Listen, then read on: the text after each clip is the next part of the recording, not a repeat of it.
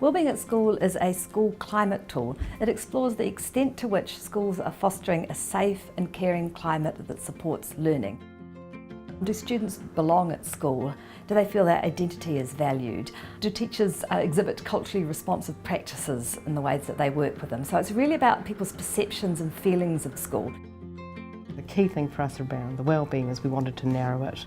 We wanted to really focus in just on that wellbeing aspect of what is it like to be in a school, in our classroom, in our playground, and how are students seeing that they're connecting to teachers, and how is that making them feel about learning.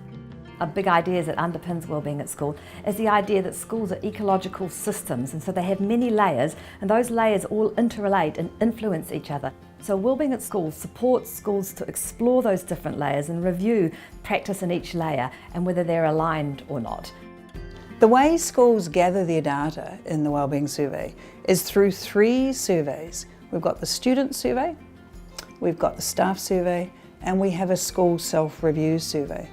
NZCER are the guardians of the data, and schools have their own login. The data is completely private and confidential.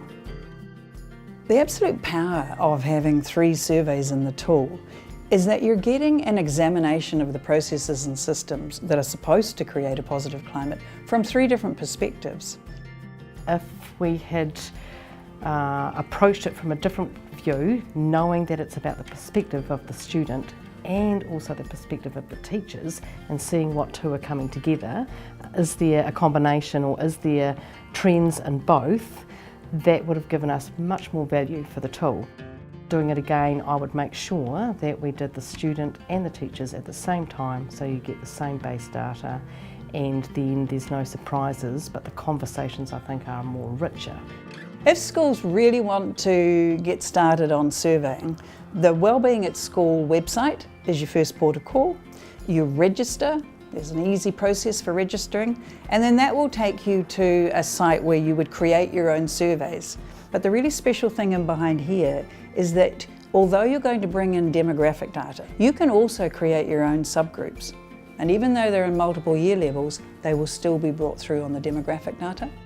The process for setting up the survey was very clear. You go online and it's step by step what you need to do. The examples that I think are given at the beginning of the survey for teachers to share with the students, that's crucial, because if you haven't given them a taste of what the questions are going to be like, then they're not going to know, and they may see it as a test.